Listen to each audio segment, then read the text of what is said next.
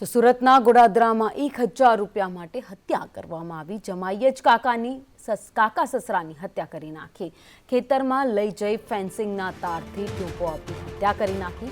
પોલીસે હત્યારા જમાઈની ધરપકડ કરી લીધી છે। તો સુરતના ગોડાદરા વિસ્તારની ઘટના, જ્યાં માત્ર 1000 રૂપિયા માટે કાકા સસરાની હત્યા કરવામાં આવી।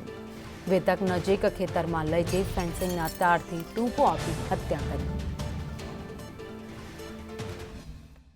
સુરતના ગોડાદરા વિસ્તારમાં જમાએ જ કાકા સસરાની હત્યા કરી નાખી છે। માત્ર ને માત્ર 1000 રૂપિયાની લેતી દેતીમાં આ હત્યા કરી નાખવામાં આવી છે। આ સુનિલ રાઠોડ નામનો જે ઈસમ છે તે પોતાના કાકા સસરા પાસે ઓછીના 1000 રૂપિયા માંગતો હતો, પરંતુ આ વાતને લઈને તેમના બે વચ્ચે ઝઘડો થયો હતો। સુનિલને કામ પર રખાવ્યો હતો, તે પણ તેના કાકા સસરાને પસંદ નહીં હતું।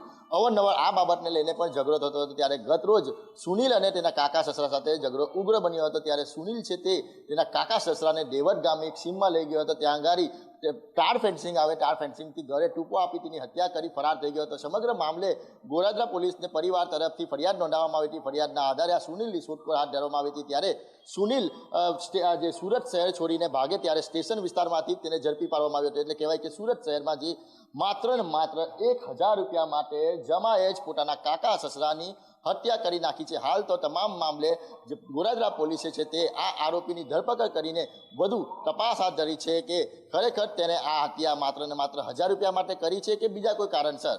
કેમેરા પર્સન અજીત પટેલ સાથે મનીષ પરમાર, સંદેશ ન્યૂઝ, સુરત।